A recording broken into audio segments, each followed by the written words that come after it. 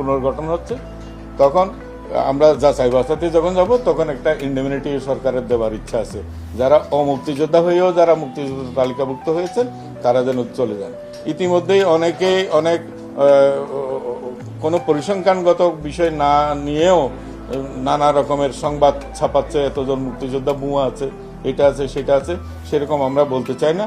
আমরা একেবারে নিয়মনিষ্ঠ আইনবিধিভাবে যাচাই বাছাই করে আমরা বলবো এবং সেইভাবে আমরা কার্যপদ্ধতিগুলো নিরূপণ করছি। তো এইটাতে অনেক বয়স কম সেরকম লোকও মুক্তিযোদ্ধা হয়েছে, এগুলির আমরা অনেক অনেক নমুনা পাচ্ছি। এগুলি তো যখন একত্রে হবে তখন হয়তো আপনাদেরকে একটা প্যাটার্ন এটা বুঝাই দেওয়া যাবে। তো তবে প্রচেষ্টাটা হচ্ছে যে মুক্তিযোদ্ধাদের যে তালিকাটা আছে সেটাকে যতটুকু সম্ভব আমরা যারা মুক্তিযুদ্ধ করে নাই তালিকায় যুক্ত হয়েছে তাদের থেকে নিষ্কৃতি পেতে।